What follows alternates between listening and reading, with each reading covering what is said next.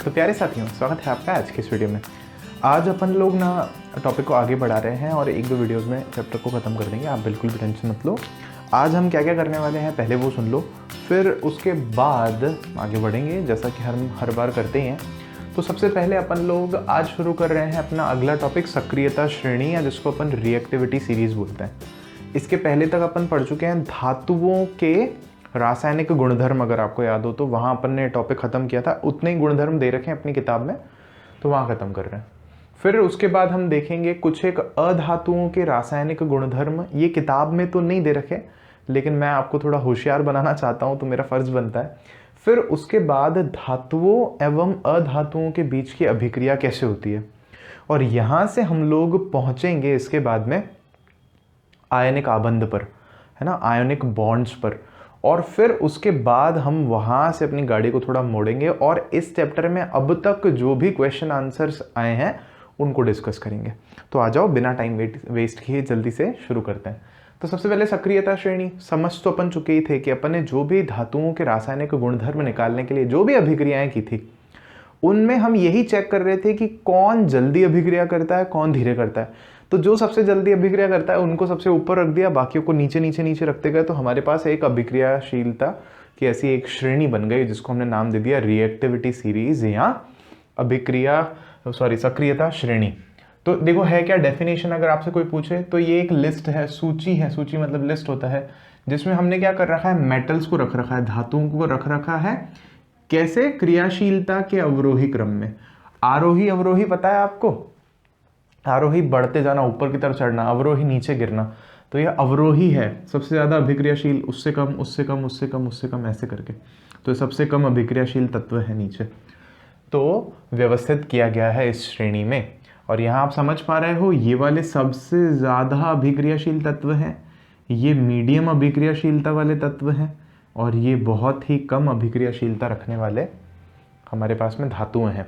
यहाँ आप नोटिस करोगे कि बीच में हमने हाइड्रोजन को भी डाला है। तो उसका कारण ये है कि जब हम कार्बन वाला चैप्टर पढ़ रहे थे तो मैंने आपको बताया था कि भाई हाइड्रोजन भी जो है हमारे जीवन में या रसायन विज्ञान में बहुत ही महत्वपूर्ण एक स्थान रखता है अपना। तो इसको हमें हर जगह मेहमान नवाजी करनी पड़ती है, क्योंकि ये भी बहुत जगह आके रिएक्ट करता है ना, बहुत चीज़ों से जाके जुड़ता है।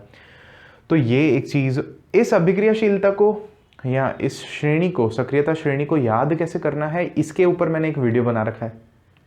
तो उस वीडियो में एक तो मैंने ट्रिक बता रखी है। अगर आपको उस ट्रिक से याद हो जाता है तो आप वैसे याद कर लो, और उस ट्रिक से नहीं होता है तो मैंने जैसे बचपन में याद किया था ट्रिक, तब नहीं थी मेरे पास, तो मैंने कैसे किया था, कना का मग अल जन फे पब हकु हग अग औ, कना का मग अल जन फे पब हक्कू हग अग औ, ऐसे करके। तो आपके पास पूरी चॉइस है, जैसे याद करना चाहो कर लो, लेकिन याद तो करनी पड़ेगी, क्योंकि जो वो विस्थापन अभिक्रियाएं जितनी भी आएंगी हमारे सामने तो वो इसी से होती हैं। ये मैं आपको पहले भी बता चुका हूँ। फिर उसके बाद देखो आगे आ रहे हैं, इसमें कुछ ज़्यादा खास नहीं है सक्रियता श्रेणी में, बस इतनी सी बात बतानी थी आपको।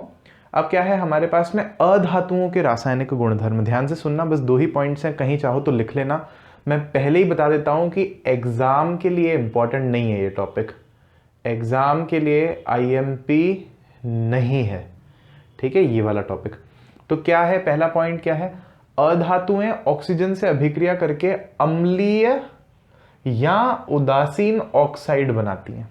हमने ना पढ़ी थी ये चीज, उसमें अम्ल क्षार वाले चैप्टर में भी पढ़ी थी, यहाँ वापस से रिपीट हो रही है। तो देखो 2 तरह के हमारे पास में ऑक्साइड बनता है, मैं लिख रहा हूँ फिर मिटा दूंगा। तो एक तो क्या हो, मेटल के साथ में O2 जुड़े और ऑक्साइड बने, और एक क्या है हमारे पास में नॉन मेटल हो, अधातु के साथ में क्या हो, ऑक्सीजन जुड़े और ऑक्साइड बने। तो जो मेटल ऑक्साइड्स होते हैं ना, इनका नेचर कैसा था, एल्कलाइन था, या बेसिक नेचर कहो, या मैं कहूं तो क्षारकीय नेचर था। कैसा था, क्षारक के जैसा, याद आया। और अगर हम नॉन मेटल के ऑक्साइड की बात करें, जो कि हम यहां पे बात कर रहे हैं, तो इनका नेचर होता है एसिडिक। कैसा, एसिडिक या अम्लीय। लेकिन यही नहीं, या तो वो अम्लीय हो सकता है और या वो कैसा हो सकता है, उदासीन भी हो सकता है। देखो आप नोटिस करो, तो एग्जाम्पल क्या है हमारे पास में, कार्बन डाइऑक्साइड, देखो CO2। आप खुद ही सोचो, कार्बन क्या है, अधातु है, नॉन मेटल है, और कार्बन डाइऑक्साइड का नेचर कैसा है हमारे पास में, अम्लीय। वो जो अम्लीय वर्षा होती है उसको आप यहाँ से रिलेट करके समझ सकते हो। अब उसके बाद में एक और हमने यहाँ पे पॉइंट लिखा है कि जैसे जल जो है वो एक उदासीन ऑक्साइड है, तो ये जो अधातुओं के ऑक्साइड हैं या तो ये अम्लीय हो सकते हैं या ये उदासीन भी हो सकते हैं, न्यूट्रल भी हो सकते हैं। तो जल H2O, तो H2O जो है ये कैसा है, एक हमारे पास में उदासीन न्यूट्रल। आपने को पता है आश्वित जल जो होता है या आसूत जल जिसको बोलते हैं डिस्टिल वाटर, वो उसका pH 7 होता है, तो वो ना तो एसिड होता है ना ही बेस होता है, ये कहना चाह रहे हैं अपन यहाँ पर। तो आई होप ये क्लियर है आपको। सेकंड पॉइंट देखो क्या है, अधातुएं जल से व अम्ल से अभिक्रिया नहीं करती हैं, ना इनकी कोई जल से अभिक्रिया है खास, ना कोई अम्ल से है। लेकिन लास्ट में फिर हमने एक पॉइंट मेंशन किया है कि देखो ये एब्सोल्यूट स्टेटमेंट नहीं है, मतलब ये तथ्य नहीं है या ये सार्वत्रिक एक वो नहीं है नियम की, नहीं तो नहीं होगा। इनको हो सकता है कोई विशिष्ट स्थिति मिल जाए, कोई विशिष्ट अधातु हो, कोई विशिष्ट अम्ल हो और उनके बीच में कोई रिएक्शन हो जाए, ऐसा संभव है, लेकिन साधारणतः अपने को ऐसा कुछ देखने को नहीं मिलता है जो हम की ध्यान रखें। तो बस इतना सा था, इसको मैं अब यहाँ से मिटा करके और हम देख रहे हैं धातुओं और अधातुओं के बीच की अभिक्रियाएं। अब इस पर भी मैं एक बहुत ही पूरा बड़ा वीडियो बना चुका हूँ, उसका भी जो लिंक है आपको डिस्क्रिप्शन में मिल जाएगा। और ये वीडियो का नाम इस तरह से है कि सूत्र कैसे बनाया। जब हम पहला पाठ पढ़ रहे थे रसायन विज्ञान का, तो वहाँ पर प्रश्न थे बहुत सारे कि सर सूत्र बनाए कैसे, भाई MgCl2 कैसे बना, NaCl ही क्यों है, NaCl2 क्यों नहीं है, MgO क्यों है, MgO2 क्यों नहीं है। तो ऐसे प्रश्नों के उत्तर देने के लिए मैंने पूरा वहाँ वीडियो बनाया था। तो वो वीडियो भी आप पूरा अगर देख लोगे ना तो आपको ये चीज़ पूरी क्लियर हो जाएगी। और ये चीज़ आपको और जब क्लियर होगी जब आप 5 चैप्टर जो है पढ़ लोगे, उसके भी पूरे वीडियोस बने हुए हैं, अवेलेबल हैं, वो भी पढ़ लेना, जो कि हैं धातुओं का तत्वों का आवर्त वर्गीकरण। सारे तत्वों का हमने वर्गीकरण किया था, पूरी पीरियोडिक टेबल समझी थी। तो अभी आपको क्या समझने वाली बात है कि जो पीरियोडिक टेबल में बाईं तरफ जो धातुएं होती है, अगर ऐसे आपके सामने पीरियोडिक टेबल है आवर्त सारणी, तो इस तरफ जो भी तत्व हैं वो धातुएं हैं और दाहिनी तरफ जो है वो अधातुएं हैं। तो मैंने याद क्यों करवाया था आपको, जैसे मैं लेफ्ट हैंड साइड से मान लो एक लाइन ले लूं कोई सी भी, जैसे मैं क्या ले लूं, ये पहली वाली लाइन हमारे पास में पहला जो स्तंभ है,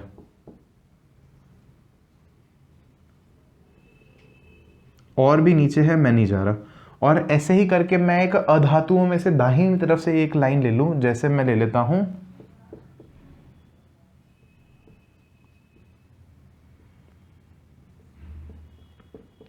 ऐसे। तो अब मेरे को क्या देखने को मिलता है कि जो धातुएं होती है ना, मेटल्स की एक प्रॉपर्टी होती है, एक क्वालिटी होती है कि ये विद्युत धनात्मक होती है, मतलब विद्युत रूप से, मतलब इनके क्या इलेक्ट्रोपॉजिटिव है नेचर में, मतलब इलेक्ट्रॉन दान दे देती हैं और खुद पॉजिटिव हो जाती हैं। और अधातुओं के साथ उल्टा है, विद्युत ऋणात्मक है प्रकृति में, क्या करती हैं, इलेक्ट्रॉन ले लेती हैं और नेगेटिव हो जाती हैं। कैसे, वो भी अपने को और यहाँ पर समझ में आएगा। तो जैसे ये, अब देखो एक बात हमेशा ध्यान रखना कि हाइड्रोजन जो है ना, ये इसको हम धातु नहीं बोलते, इसके ऊपर झगड़ा है। 5वां चैप्टर आप जब पढ़ोगे तो थोड़ा आपको और क्लियरिटी होगी, अभी इसको हम बात नहीं करेंगे ज़्यादा, अभी बाकियों पर अपन ध्यान देंगे। तो जैसे मैं मान लो केवल अभी Na की ही बात कर रहा हूँ, तो सोडियम, ये जो पूरा का पूरा स्तंभ है, इस पूरे स्तंभ की जो संयोजकता है वो है 1, या यूं समझें कि ये जो सारे तत्व है ना, ये 1 इलेक्ट्रॉन दे देते हैं खुशी खुशी।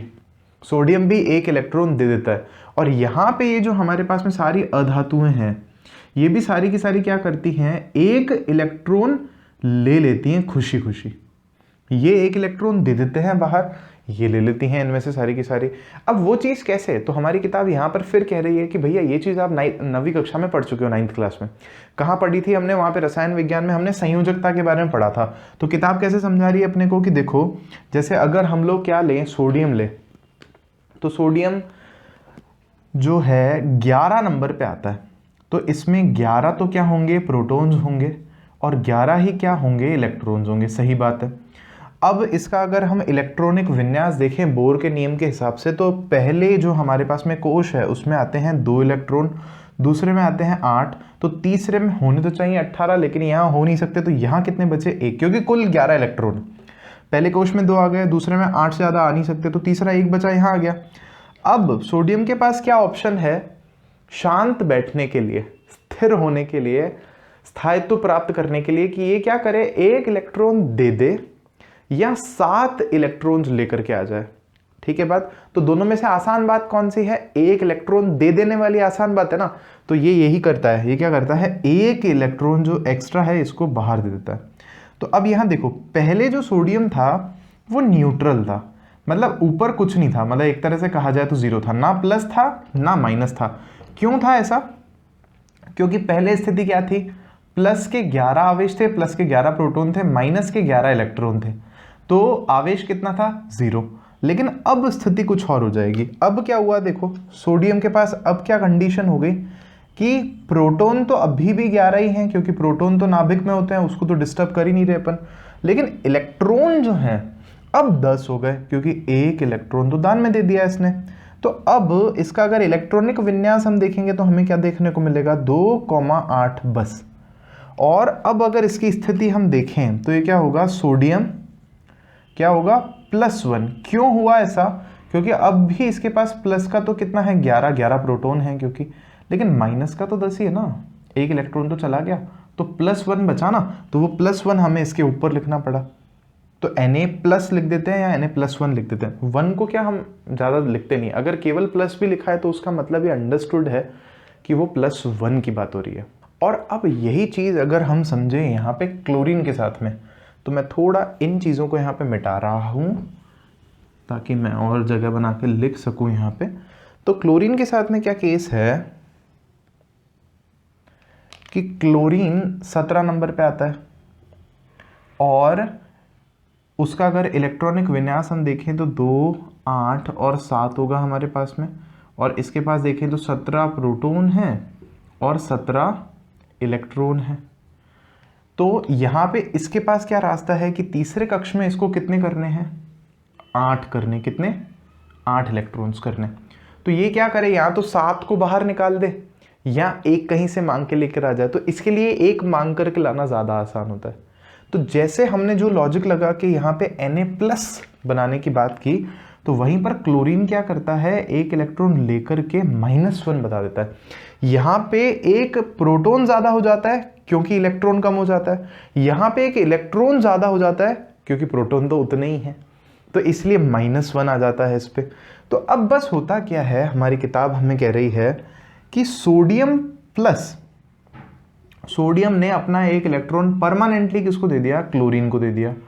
सोडियम खुद प्लस बन गया और क्लोरीन खुद एक माइनस बन गया। क्लियर हुई ये बात, इसमें कोई डाउट नहीं होना चाहिए। तो प्लस और माइनस के बीच में क्या होगा आप बताओ मेरे को, अट्रैक्शन होगा ना। जैसे नॉर्थ पोल साउथ पोल जो है चुंबक का आके चिपक जाते हैं, और प्लस और माइनस का जो चार्ज होता है वो आपस में आके चिपक जाते हैं। तो यहां पर भी तो वही होगा ना, पकड़ लेते हैं एक दूसरे को बहुत टाइट।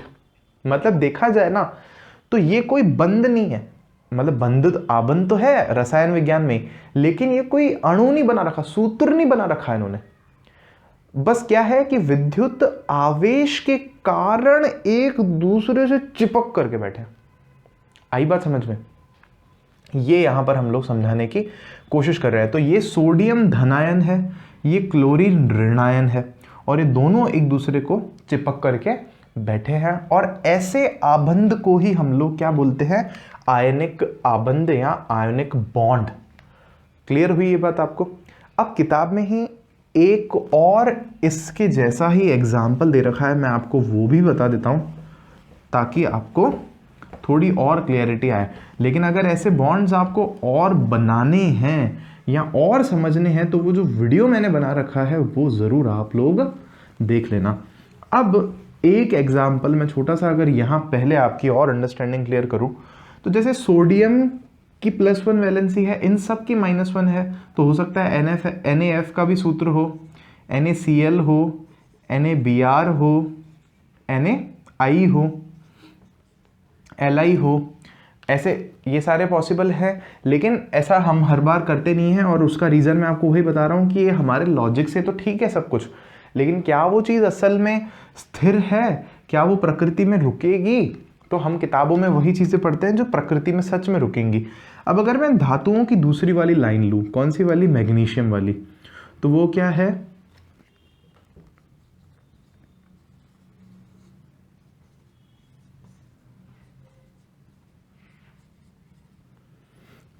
तो इन सब धातुओं की जो संयोजकता है वो है 2। अब धातु है तो ये 2 इलेक्ट्रॉन जो है दान कर रहे हैं और इसको तो एक ही लेना है। तो देखो बहुत बेसिक लॉजिक वाली बात है। जैसे मान लो एक मैग्नीशियम यहां आया, अब इसका संयोजकता क्या है 2। कैसे? पहले कोश में 2 इलेक्ट्रॉन, दूसरे कोश में 8 इलेक्ट्रॉन, तीसरे कोश में फिर 2 इलेक्ट्रॉन, तो 2 इलेक्ट्रॉन ज्यादा हो गए। 8 करने हैं इसको तीसरे कोश में, तो क्या कर सकता है, या तो 2 बाहर निकाल दे या 6 मांग के लाए, तो ज्यादा आसान क्या है 2 बाहर निकालना। तो ये 2 इलेक्ट्रॉन दान कर रहा है। तो मान लो 1 इलेक्ट्रॉन यहां देना चाह रहा है, ठीक है, और 1 इलेक्ट्रॉन ये रहा, दोनों बाहर निकाले, ये खुश हो जाएगा, शांति आ जाएगी इसको।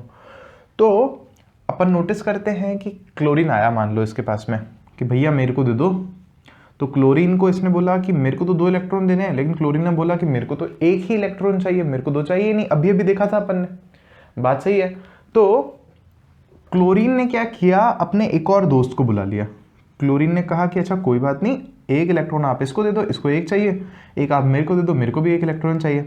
तो देखने को क्या मिला कि यहां पर Mg बन गया 2+, और क्लोरीन की अगर अपन बात करें तो क्लोरीन बना तो माइनस है ना, लेकिन -1 होता, हमें क्या चाहिए था, -2 चाहिए था। तो वो -2 हमें कब सेटिस्फाइड मिला, जब हमने क्लोरीन 2 लिए, क्योंकि एक क्लोरीन का -1 तो 2 क्लोरीन का -2 हो जाएगा, तो +2 -2 न्यूट्रल हो जाएगा ना, बैलेंस हो जाएगा, शांति हो जाएगी जीवन में। तो ये फिर हमारे पास में एक और बंध बन गया। Mg2+ जो है वो खींच के चिपक करके बैठे हैं किसके साथ में, Cl2- के साथ में, मतलब 2 क्लोरीन के साथ में। अब देखो यही चीज हमें नवीं कक्षा में बच्चों को कैसे सिखाई जाती है। आप तो बड़े हो गए हो, मेरे को पता है आप समझदार हो, लेकिन मैं बच्चों की बात कर रहा हूं कि मैग्नीशियम है, इसकी संयोजकता कितनी है 2, इसके नीचे लिखो। क्लोरीन की संयोजकता कितनी है 1, इसके नीचे लिखो, और इनको क्रॉस करके लिख दो, इसको इसके साथ में और इसको इसके साथ में। तो सूत्र क्या बन जाएगा, MgCl2, Cl के साथ में 2 लिख देंगे, तो ये सूत्र बन गया। लेकिन लॉजिक तो यहां है ना, लॉजिक ये रहा, लिखा आपने कैसे भी हो, लॉजिक ये रहा। अब अगर आपको ये चीज समझ में आ गई है तो इतना मैं मिटा रहा हूं और यहां पर जल्दी से मैं इसकी परिभाषा लिख रहा हूं, ठीक है।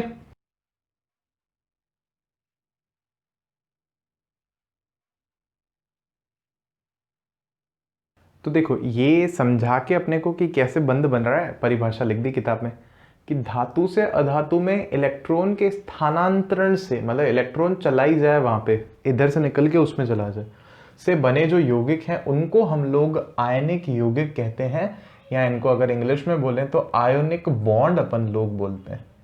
सरल बात है। फिर उसके बाद देखो यहाँ पे इनका एक और नाम भी है जो कि है वैद्युत संयोजक यौगिक कहा जाता है इनको, जो मतलब इलेक्ट्रिक चार्ज के संयोग से बने हैं। मतलब संयोग क्या कहना चाह रहे हैं यहाँ पे, संयोजन, मतलब उनका क्या हुआ है, एक्सचेंज हुआ है। एक्सचेंज तो क्या हुआ है, आधा एक ने दे दिया दूसरे को और उसके कारण अट्रैक्शन से, आकर्षण से बने, तो वैद्युत शब्द हमने यहाँ पर यूज में ले लिया। अब ये जो आयनिक यौगिक है ना, अब देखो घूम फिर के बात वही आती है कि सर एग्जाम में क्या पूछेंगे अपन से। तो एग्जाम में आप लोगों से सीधे पूछेगा आयनिक यौगिकों के गुणधर्म के बारे में बताइए, लिखिए। तो देखो किताब में अपने को आयनिक यौगिकों के गुणधर्म दे रखे हैं, 4 गुणधर्म हैं, अभी बताऊंगा, दिल पे छप जाएंगे, कभी नहीं भूलोगे। सबसे पहला है हमारे पास में भौतिक प्रकृति। तो यहाँ पे तो सीधा ही आप उदाहरण याद कर लो, फिर उसके हिसाब से लिख दो। तो नमक याद कर लो ना, अपना उदाहरण है ना इसका आयनिक यौगिक का। तो नमक का भौतिक प्रकृति कैसी होती है, ठोस है, सही बात है, ठोस है। और ठोस में भी कैसा है, भंगुर है। मतलब आप एक ढल्ला लो नमक का, उसको मारो हथौड़ा, क्या होगा, भंगुर हो जाएगा ना, टुकड़े टुकड़े हो जाएगा पूरा का पूरा। वही लिखा है कि धन और ऋणायन के बीच में बहुत मजबूत आकर्षण बल के कारण आयनिक यौगिक ठोस और कठोर होते हैं। ठोस होते हैं, कठोर होते हैं, बिल्कुल सही बात है। सामान्यतः भंगुर होते हैं, दाब डालने पर टुकड़ों में टूट जाते हैं, बात खत्म। पहली प्रॉपर्टी। दूसरी जो इसकी प्रॉपर्टी है वो भी बहुत सरल है कि इनके गलनांक और क्वथनांक बहुत उच्च होते हैं। अपनी किताब में एक सारणी भी दे रखी है अपने को। मतलब गलनांक कहने का मतलब क्या है कि नमक लो आप और उसको गर्म करो और वो लिक्विड में कन्वर्ट हो जाए। तो अपन अपने घर पे तो ये चीज़ नहीं कर सकते। नमक को आप ले लो, गैस पे डाल दो कटोरी में डाल करके, गर्म करते जाओ करते जाओ करते जाओ, क्या वो लिक्विड में कन्वर्ट होगा? नहीं होगा।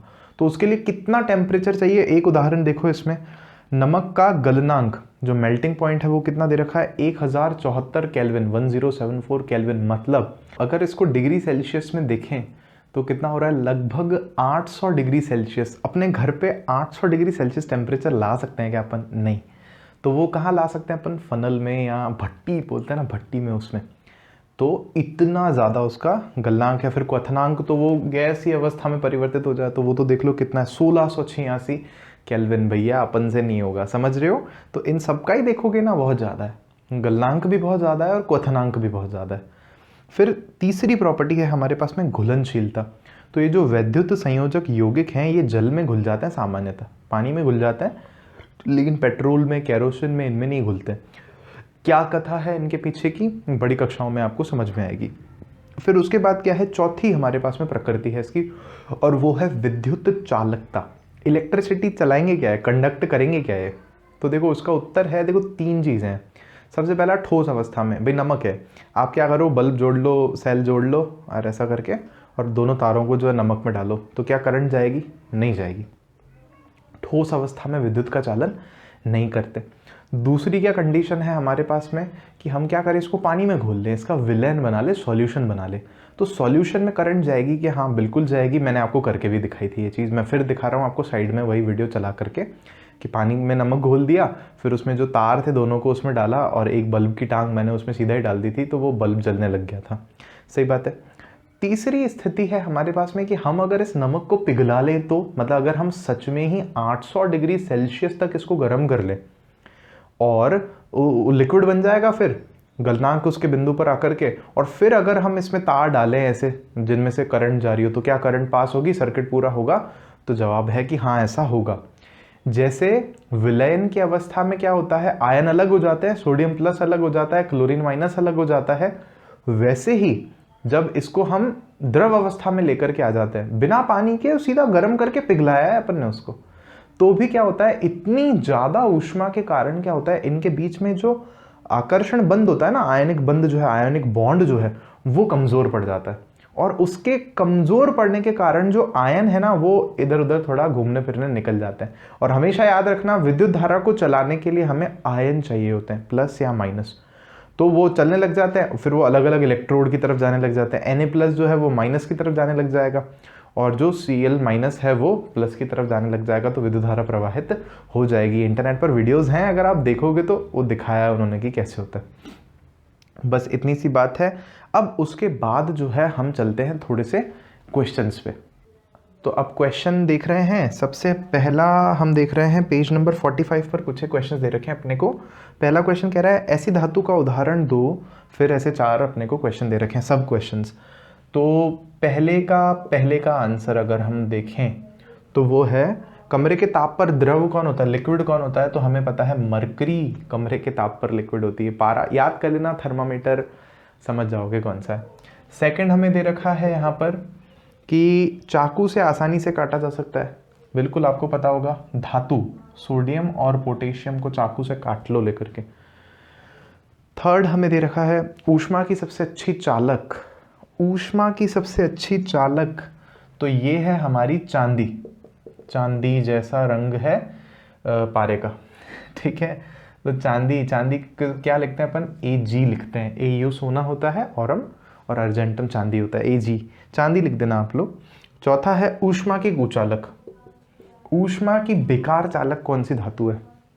तो इसका भी आंसर दरअसल हमारे पास में मरकरी होता है, ऐसा करके। फिर उसके बाद में है हमारे पास में एक क्वेश्चन यहाँ पर, आघातवर्ध्य तथा तन्य का अर्थ बताइए। अब ये तो आपको पता है, आघातवर्ध्य मतलब मैलिएबिलिटी की धातुओं को पीट कर पतली चद्दरों में बदला जा सकता है, और धातुओं के इस गुणधर्मों को आघातवर्ध्य कहते हैं हम लोग। और दूसरा जो है हमारे पास तन्यता, वो क्या है, तन्यता है डक्टिलिटी, कि धातुओं को या मेटल्स को पतले तारों में बदला जा सकता है, और इस गुणधर्म को तन्यता कहते हैं। बहुत सिंपल। फिर उसके बाद में है हमारे पास में पेज नंबर बुक में आप आ जाइए 51 पेज नंबर पर हमें कुछ क्वेश्चंस दे रखे हैं। क्वेश्चन पहला है, सोडियम को केरोसिन में क्यों डुबो करके रखते हैं? तो देखो इसका उत्तर भी हमें किताब में दिया था वैसे तो, सीधा सीधा, कि सोडियम जो है बहुत ज़्यादा क्रियाशील धातु है, और अगर इसे हवा में खुला रखा जाएगा तो ये हवा में उपस्थित मॉइस्चर से या आर्द्रता से या नमी लिख सकते हो, नमी से या ऑक्सीजन से या कार्बन डाइऑक्साइड जैसे यौगिकों से अभिक्रिया कर सकती है, अणुओं से या यौगिकों से अभिक्रिया कर सकती है, और उस अभिक्रिया को रोकने के लिए हम लोग ऐसा करते हैं। और चलो अभिक्रिया कर भी ले तो हमें कोई प्रॉब्लम नहीं है, लेकिन आग लग जाती है। सोडियम की अभिक्रिया ऐसी होती है कि उससे आग लग जाती है, तो इसलिए हम उसको केरोसिन में डुबो करके रखते हैं। इतना सा लिखना है आपको, एक्सप्लोजन को रोकने के लिए, उस आग के लगने को रोकने के लिए। इन अभिक्रियाओं के लिए समीकरण लिखो। तो देखो ये सेकंड इसका दे रखा है, हमें कर चुके हैं हम तो, हालांकि इसमें 2 क्वेश्चन है। पहला है भाप के साथ आयरन की अभिक्रिया। तो भाप अगर देखें तो H2O गैस के साथ में ये अपने को बोल रहा है आयरन की अभिक्रिया। ऐसे क्वेश्चन आपसे एग्जाम में सीधे पूछेगा। तो ये अपन पढ़ चुके हैं, Fe3O4 बनता है हमारे पास में यहाँ पर, और साथ ही साथ में हमें जो है हाइड्रोजन गैस मिलती है। बैलेंसिंग वगैरह देखी जा सकती है। ये 3 है तो यहाँ 3 लगाया जा सकता है, ऑक्सीजन 4 है, यहाँ 1 ही है तो यहाँ 4 लगाया जा सकता है, 8 हो गए तो यहाँ 4 लगाया जा सकता है। इस तरह से ये आप रिएक्शन लिख सकते हो। दूसरे में इसी में पूछ रहा है जल के साथ कैल्शियम और पोटेशियम की अभिक्रिया तथा पोटेशियम। तो जल के साथ में कैल्शियम Ca लोगे अगर आप सॉलिड, तो क्या देखने को मिलेगा, कैल्शियम हाइड्रोक्साइड बन जाएगा, ठीक है, और हमें जो है हाइड्रोजन गैस तो मिलेगी ही मिलेगी। 2 स्टेप में हो रही थी अभिक्रिया, आपको ध्यान हो तो, बैलेंस में नहीं कर रहा हूँ। और पानी के साथ में वापस से अगर हम किसकी, पोटेशियम की अभिक्रिया देखें तो सीधा हम लिख रहे हैं कि KOH मिलता है, पोटेशियम हाइड्रोक्साइड, और साथ ही साथ में हमें जो है हाइड्रोजन गैस हमारी मिल जाती है। और ये क्योंकि क्षार है तो जल में घुला हुआ मिलता है, एक्वस दोनों के आगे लिख सकते हैं, कोई प्रॉब्लम नहीं है। फिर उसके बाद क्वेश्चन दे रखा है, ये थोड़ा अच्छा क्वेश्चन है, ध्यान से देखो। ABCD 4 धातुओं के नमूनों को लेकर एक एक करके निम्न विलयनों में डाला गया है। इससे प्राप्त परिणाम को निम्न प्रकार से सारणीबद्ध किया गया है। 4 विलयन है अपने पास में, पहला आयरन सल्फेट, दूसरा कॉपर सल्फेट, तीसरा जिंक सल्फेट और चौथा सिल्वर नाइट्रेट। इनमें हमने ABCD कोई 4 धातु है, नाम नहीं बता रखा, इनको एक एक करके डाल रहे हैं। तो अब उससे फिर एक ना क्वेश्चन पूछ रहा है अपने को। पहला क्वेश्चन पूछ रहा है सबसे ज़्यादा क्रियाशील, अधिक अभिक्रियाशील धातु कौन सी है। तो देखो पहले मैं आपको ये बता रहा हूँ, यहाँ पर अपने पास आयरन सल्फेट है, कॉपर सल्फेट है, जिंक सल्फेट है, सिल्वर नाइट्रेट है। इनमें धातु देखो कौन सी है, मतलब मैं थर्ड वाले को डिस्कस कर रहा हूँ। तो यहाँ पर जो हमारे पास सॉल्यूशंस है तो उनमें है, एक आयरन सल्फेट में आयरन है ना, कॉपर सल्फेट में कॉपर है, और जिंक सल्फेट में जिंक है, और यहाँ पर है हमारे पास सिल्वर नाइट्रेट में है AgNO3। तो इन चारों को रिप्लेस करने के लिए हमें जो धातुएं दे रखी हैं वो हैं ABCD। तो जहां खाली छोड़ रखा है उस पर अपने को ध्यान नहीं देना, उससे डाल ही नहीं रहा ऐसा कुछ करके। अगर A को अगर हम क्या डाल रहे हैं, Fe में डाल रहे हैं, इसमें आयरन सल्फेट में, मतलब ये पूरा नहीं लिखा मैंने, इसमें डाल रहे हैं तो अभिक्रिया नहीं हो रही है। और अगर देखें यहाँ डाल रहे हैं तो अभिक्रिया होती है, और कौन सी अभिक्रिया होती है, विस्थापन अभिक्रिया, डिस्प्लेसमेंट ही होगी, वो तो अपने को पता ही है। फिर यहाँ दोनों जगह पे कुछ दे नहीं रखा है। मैं आपको यहाँ ये बताना चाह रहा हूँ कि आप पहली बात तो ये नोटिस करो कि इन चारों में सबसे ज़्यादा अभिक्रियाशील कौन है। अगर अपने को वो सक्रियता श्रेणी अपनी याद है तो वो क्या है, जिंक, और फिर है आयरन, और फिर है हमारा कॉपर, और लास्ट में आएगा Ag। मतलब इन चारों में ही अगर हम देख रहे हैं। और इधर अगर अब अपन ध्यान से देखें इसी समीकरण में, तो ये B से यहाँ अभिक्रिया हो जाती है, यहाँ कुछ दे नहीं रखा है, यहाँ कोई अभिक्रिया नहीं होती, और यहाँ भी कुछ दे नहीं रखा है। C से देखें तो यहाँ भी कुछ नहीं होता, यहाँ भी कुछ नहीं होता, यहाँ भी कुछ नहीं होता, यहाँ अभिक्रिया हो जाती है। D से अगर हम देखें तो कहीं कुछ नहीं होता, कोई अभिक्रिया नहीं होती है उससे कहीं पर भी। तो अब यहाँ समझो, इन सब में, इन चारों में सबसे ज़्यादा क्रियाशील कौन है, जिंक है। तो क्या जिंक से किसी की अभिक्रिया हो रही है क्या, नहीं हो रही है, नहीं हो रही है। यहाँ पे ये तो दे नहीं रखा, इन दोनों की हो ही नहीं रही है, तो मारो गोली उसको। अब आयरन की बात करो, आयरन, तो आयरन की किसी से क्या अभिक्रिया हो रही है क्या, तो हाँ बिल्कुल आयरन की अभिक्रिया हो रही है, हमारे B से अभिक्रिया हो रही है। तो भी जो धातु है वो इस सीरीज में, ये तो लिस्ट से ही निकल गया, इसको विस्थापित कर पा रही है, मतलब इससे ज़्यादा अभिक्रियाशील है। तो इसका मतलब ये है A, C और D से ज़्यादा अभिक्रियाशील कौन हो गई, B से। यही हमारा पहला क्वेश्चन पूछा, सबसे ज्यादा अभिक्रियाशील धातु कौन सी है, तो आप बोलोगे सबसे ज्यादा अभिक्रियाशील तो बी है। क्यों? क्योंकि इस सारणी में सबसे जो ज्यादा क्रियाशील है हमारे पास में आयरन, उसको विस्थापित कर रही है। आप बोलोगे नहीं सर सबसे ज्यादा क्रियाशील जिंक है, तो बेटा जिंक की तो किसी से भी नहीं हो रही, ABCD किसी से भी नहीं हो रही। फिर हम उससे नीचे वाले को देखें आयरन को, तो आयरन को बी से हो रही है अभिक्रिया, सबसे पहले वो हटा देता है उसको, तो ये सबसे ज्यादा अभिक्रियाशील हो गया। सेकंड पूछा है धातु बी को कॉपर सल्फेट के विलयन में डाला जाए तो क्या होगा। अगर धातु बी को, जैसे यहाँ कह रहा है डाला नहीं हमने, अगर डाला जाए तो क्या होगा, तो भाई कॉपर आयरन से तो कम अभिक्रियाशील है, तो जरूर बी उसको भी क्या कर देगा, विस्थापित कर देगा। तो हम बोलेंगे अगर आप कॉपर सल्फेट में बी को डालते हो तो जो है कॉपर विस्थापित हो जाएगा और बी का जो है लवण बन जाएगा उसके साथ में।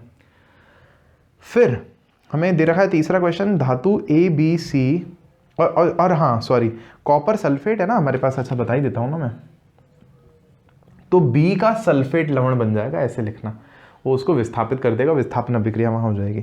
तीसरे क्वेश्चन में अपने को दे रखा है धातु ABC और D को अभिक्रियाशीलता के घटते हुए क्रम में व्यवस्थित कीजिए। तो देखो सबसे पहले तो आएगा हमारा बी, सबसे ज्यादा अभिक्रियाशील है बी, इससे कम अभिक्रियाशील कौन है, तो हम कैसे पता करेंगे, तो हम देखते हैं कि कॉपर को और कोई हटा सकता है क्या, तो भाई सी को अगर हम देखें तो कॉपर को तो नहीं हटा रहा, डी को देखें तो ये भी कॉपर को तो नहीं हटा रहा है।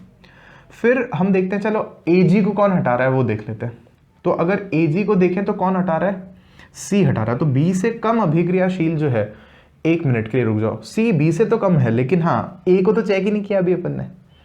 तो देखो ध्यान दो यहाँ पे, इसको तो मैं यहाँ से मिटा देता हूँ क्योंकि ये दे तो नहीं रखा, वो तो पूछा ही था हमसे केवल और केवल क्वेश्चन में।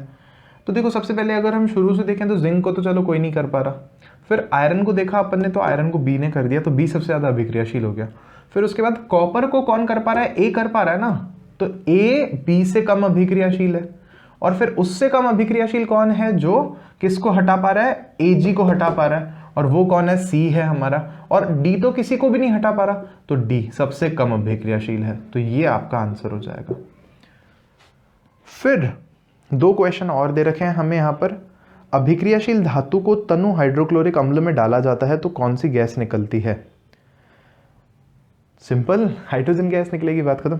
फिर है आयरन के साथ तनु H2SO4 की अभिक्रिया लिखिए, आयरन के साथ तनु H2SO4 की अभिक्रिया, ये है हमारा फोर्थ क्वेश्चन है।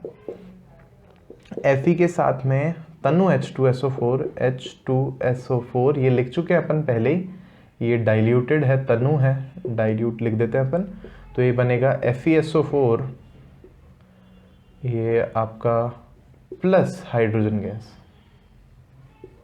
सिंपल।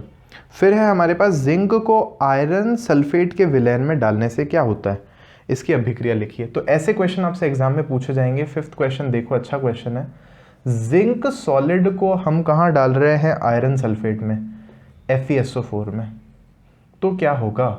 अब आपको पता है, मैं बहुत बार दिखा भी चुका हूं, ये हल्का सा ग्रीन कलर का होता है ना, हल्का सा पेल ग्रीन, फीका हरा कलर होता है इसका एकदम। तो ये अभिक्रिया होगी कि नहीं होगी, ये आप कैसे पता करोगे, ये आपको तभी पता चलेगी जब आपको सक्रियता श्रेणी याद होगी। तो देखो क्या क्या है हमारे पास, जिंक है और आयरन है। तो आयरन जो है, लोहा जो है, अगर जिंक के नीचे आता है श्रेणी में तो ये अभिक्रिया हो जाएगी, नहीं तो अभिक्रिया नहीं होगी। तो देखो याद करो, कना, का, मग, अल, जन, जन, फिर उसके नीचे फे आता है, आयरन आता है, तो जिंक के नीचे आयरन आता है तो ये अभिक्रिया हो जाएगी, क्योंकि जिंक ज्यादा अभिक्रियाशील है आयरन से, तो आयरन को बाहर निकाल देगा। और यहाँ क्या बन जाएगा हमारे पास में, ZnSO4, जिंक सल्फेट बन जाएगा, और आयरन जो है वो अलग हो जाएगा।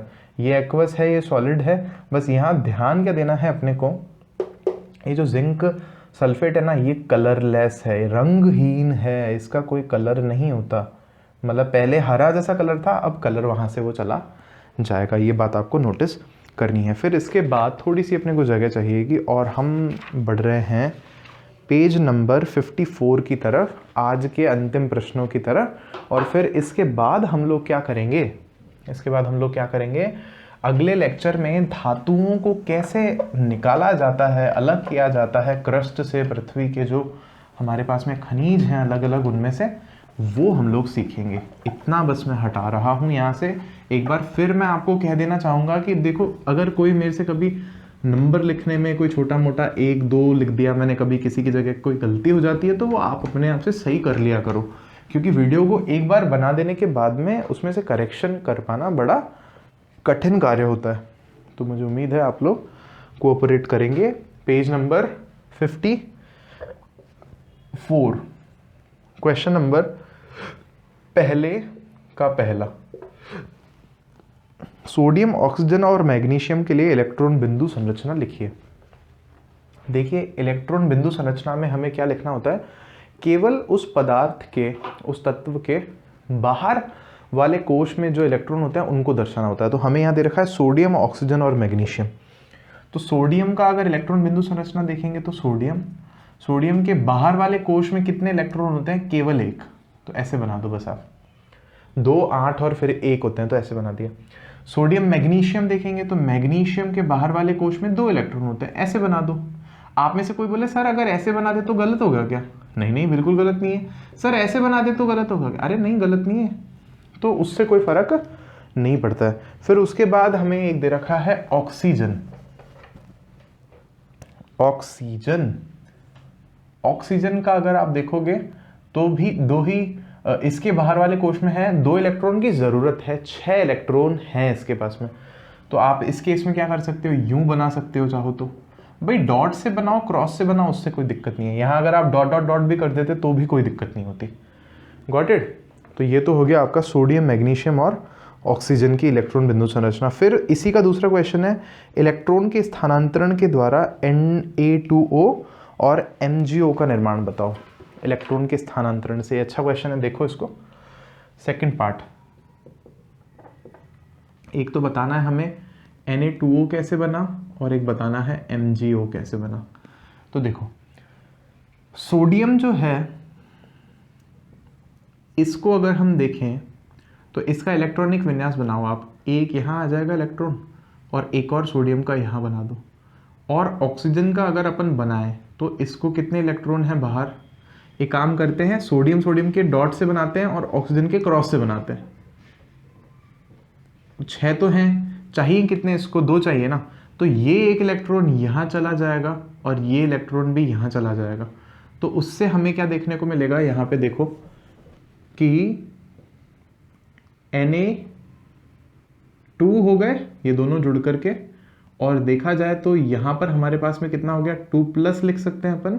और जो है ऑक्सीजन जो है यहाँ पे आ गया, और किताब में ऐसे दे रखा है तो मैं किताब के जैसे ही बना रहा हूँ, बाकी इतना अगर आप कॉम्प्लिकेटेड नहीं भी करते हो तो भी ठीक है।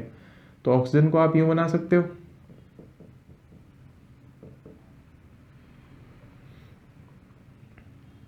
इस तरह से। और फिर फाइनली चाहो तो आप लिख सकते हो Na2O, नहीं तो भी तो यहाँ तक भी लिख दोगे तो काम हो जाएगा। सेम MgO के लिए आपको करना है। तो मैग्नीशियम है, तो मैग्नीशियम के पास 2 इलेक्ट्रॉन्स हैं, मान लो ऐसे बना दिया इस बार मैंने। और ऑक्सीजन को अगर मैं देखूं तो मान लो मैं ऐसे बना देता हूँ, 2 इलेक्ट्रॉन की ज़रूरत है।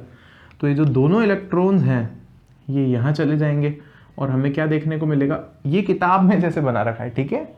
मैं वैसे सिंपल भी बना सकते हैं, इतना वो नहीं करके कॉम्प्लिकेटेड। फिर यहाँ देखोगे तो आप ऑक्सीजन के पास में dot dot dot dot dot dot, फिर ये 2 क्रॉस यहाँ मान लो आ गए, ये 2- बन गया। तो ये थोड़ा किताब की तरह मैंने लिखने का कोशिश किया, बाकी सिंपल में, बाकी कहीं पर भी देखोगे ना आप पासबुक्स में इधर उधर, तो थोड़ा सिंपल में उन्होंने इसको बना रखा होता है। अब उसके बाद है हमारे पास में